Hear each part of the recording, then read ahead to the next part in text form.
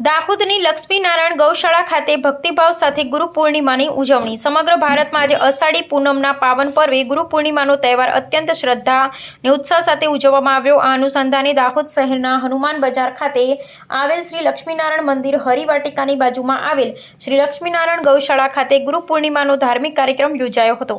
કાર્યક્રમના અધ્યક્ષસ્થાને ગુરુદેવ શ્રી ભરતદાસજી મહારાજના શિષ્ય મહંત શ્રી માધવદાસજી મહારાજ ઉપસ્થિત રહ્યા હતા।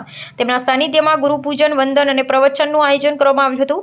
મોટી સંખ્યામાં ગુરુ ભક્તોએ હાજરી આપી ગુરુદેવના આશીર્વાદ પ્રાપ્ત કર્યા હતા અને ત્યારબાદ સૌએ સાથે મળીને મહાપ્રસાદી ગ્રહણ કરી હતી। આ પવિત્ર પ્રસંગે દાહોદના ધારાસભ્ય શ્રી કનૈયાલાલ કિશોરીજી અને જિલ્લા ભાજપ મહામંત્રી શ્રી મુકેશ લબાનાજી પણ ખાસ ઉપસ્થિત રહ્યા હતા। તેઓ ગુરુદેવ શ્રી ભરતદાસજીના દર્શન કર્યા, મહંત શ્રી માધવદાસજી મહારાજના આશીર્વાદ પ્રાપ્ત કર્યા અને મહાપ્રસાદીનો લાભ લીધો।